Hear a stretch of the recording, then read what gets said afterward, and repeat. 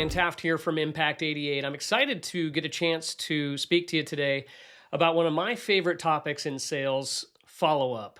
You know, I've been walking in and out of model homes for the past 24 years as of this recording, and you might be shocked to know that I have only ever received 4 pieces of follow-up in that entire time.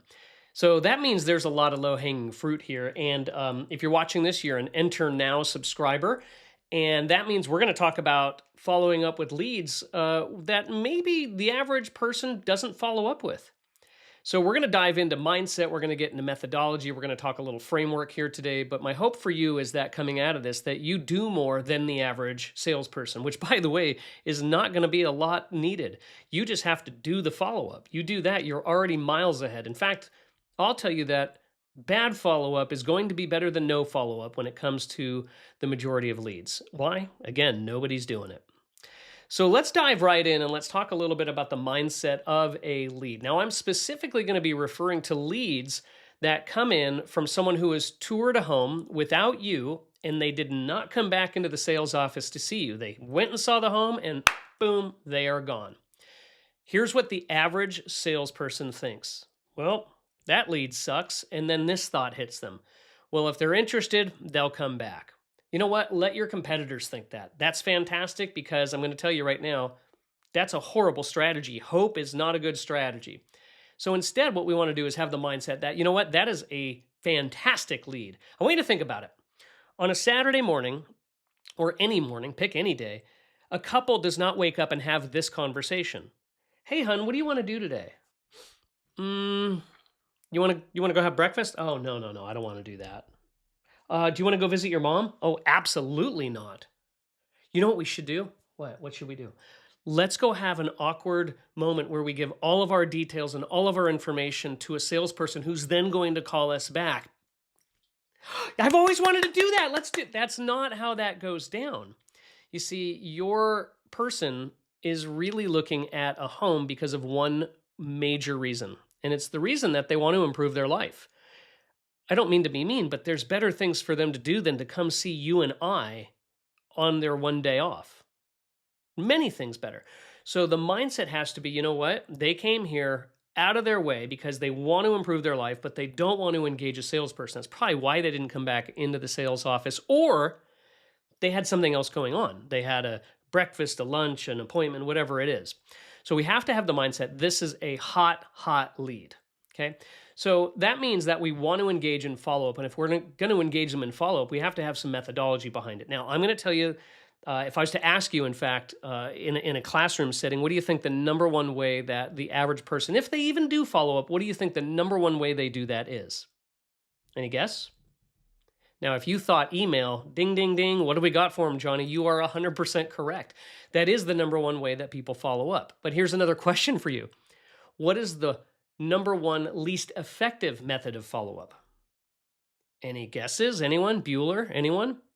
Now, if you thought email, guess what? You're spot on. So let me get this straight. Our number one way of following up is also the number one most ineffective way. Interesting. I'm going to challenge you in this video to get out of your comfort zone and start thinking video.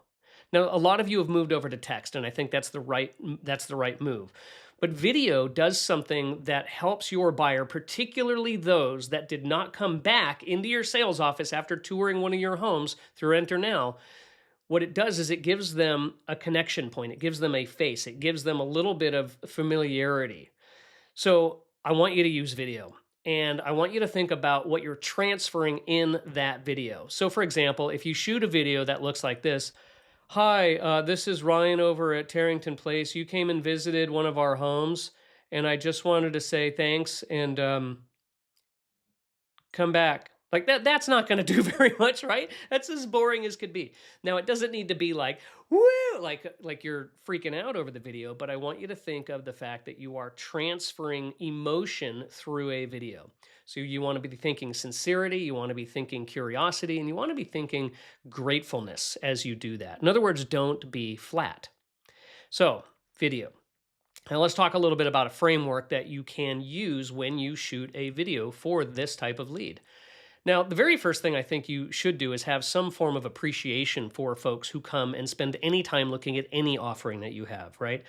If I'm starting out that video, it might sound like, uh, John, Gina, this is Ryan over at Tarrington Place. I want to just say thank you so much for coming and visiting our community, specifically that home at 1422 Drury Lane, right? Whatever it might be. But you've got some sort of appreciation in there that is heartfelt. Now, you might want to then move into some form of curiosity that says, as you guys went through, you probably got some questions answered. You probably had a few questions. I had a couple questions for you guys. I'd love to learn more about your home search and more specifically about how you guys might want to improve your life. So that shows that you're interested, not just interesting. The average person who follows up, all they talk about is their offering and themselves, right? So curiosity. Now, you can't get too curious, but you want to show that. Now, some of you might be thinking, well, Ryan, what if I have additional information like an incentive or it's a one of a kind? Well, I would feel free to reiterate that. You might say in this video, that one particular home you guys looked at is the last cul-de-sac home that we have available in the community or in this phase or whatever it may be. That makes it really be a little less of a commodity, right? They can actually be like, oh, there's something special to this one. Now, if you have an incentive, particularly if it's on your website, you might mention it here to say, and that particular home, because it's already built and ready to move in, that does have a specific incentive of 4.99% if you use our in-home lender, right? Whatever it is. Now, two more pieces that you might want to put in this video. One of them is brand promise, and then the other one is next steps. Tell people what you're going to be like, because remember, they're already afraid that you're some pushy, smarmy salesperson. If you have not read the book To Sell as Human by Dan Pink, I would absolutely recommend you read that book. In research for that book, Dan Pink got 9,000 non-salespeople and they did a word association study. And they were looking to see what was the response when the researcher said sales or salesperson. Any guess what the number one response was to either of those two words? If you thought pushy, you'd be 100% correct. So your brand promise is designed to show them that that's not who you're going to be. You might say something like, my promise to you folks is that I'm going to be focused far more on how to help you improve your life, more so than just selling you a home. I'll let other folks try to do that. I'm going to tell them that I'm going to be different, brand promise.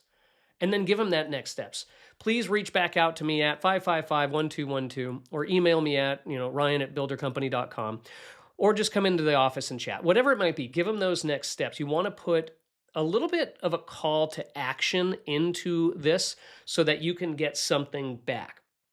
And then, of course, that appreciation again as the end. Thank you guys so much. Make it a great day. Looking forward to serving you however I can. Now, here's the thing.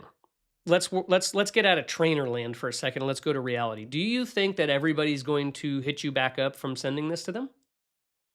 No, they're not. That's not the way it's going to work. But you still want to keep following up. Follow-up is a behavior, not about a result. If you focus on the results, I'm going to tell you that you're going to fail.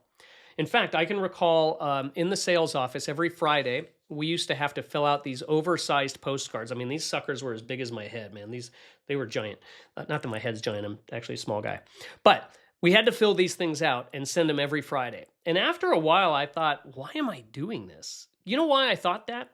Because I didn't have a strategy behind what I was doing and I was looking at the results. I never had anybody run back in with a postcard going, I wasn't going to buy, but I got this card and now I'm going to buy. I never had it happen. But here was the problem. My postcards were all about me and my offering. They were not about the customer. If you can show them that you're genuinely interested, not just being interesting, that you truly want to serve their life improvement need and not sell a house, in other words, don't have commission breath, and you're authentic and you're persistent, I find that you're going to win the game of follow-up. It's kind of like going to the gym. Just keep going. Don't look at the results. Don't look in the mirror. Just keep doing it. Those leads are hot leads.